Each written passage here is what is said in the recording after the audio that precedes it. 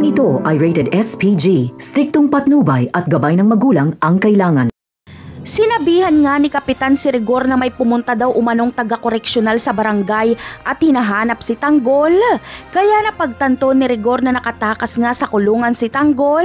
At sa pag-uwi ni Rigor ay nagkasagutan na naman sila ni Tinding. Sinabi ni Rigor ang sinabi ni Kapitan sa kanya na may naghahanap kay Tanggol na taga-koreksyonal. Kaya malinaw na kay Tinding na nakatakas nga si Tanggol at ito ang nag-iwan ng pera sa lamesa.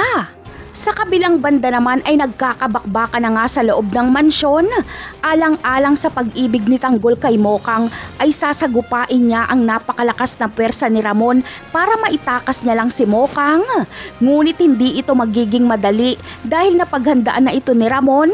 Mangyayari ang kinakatakutan ni Olga. Ito ay ang pagkikita ni Ramon at Tanggol. Mauhuli kasi ni Ramon si Tanggol. Kaya naman, lagot si Olga dito kapag mangyari nga ito. Ito na ang katapusan ng kanyang mga plano. Siguradong tatapusin siya ni Ramon kapag hindi niya mapatunayan na tunay na Tanggol si David. Pati si David ay hindi makakalabas ng buhay sa mansyon dahil si Ramon mismo ang tatapos sa kanya. Napaikot ba naman nila si Ramon ng mahabang panahon? Ngunit mangyayari nga ba na mahuhuli ni Ramon si Tanggol? Ang sagot ay hindi. Dahil malamang ay tutulungan na lang ni Olga si Tanggol para makatakas kesa mahuli ito ni Ramon. Pasikretong papaslangin nila Olga ang mga tauhan ni Ramon na humahabol kay Tanggol.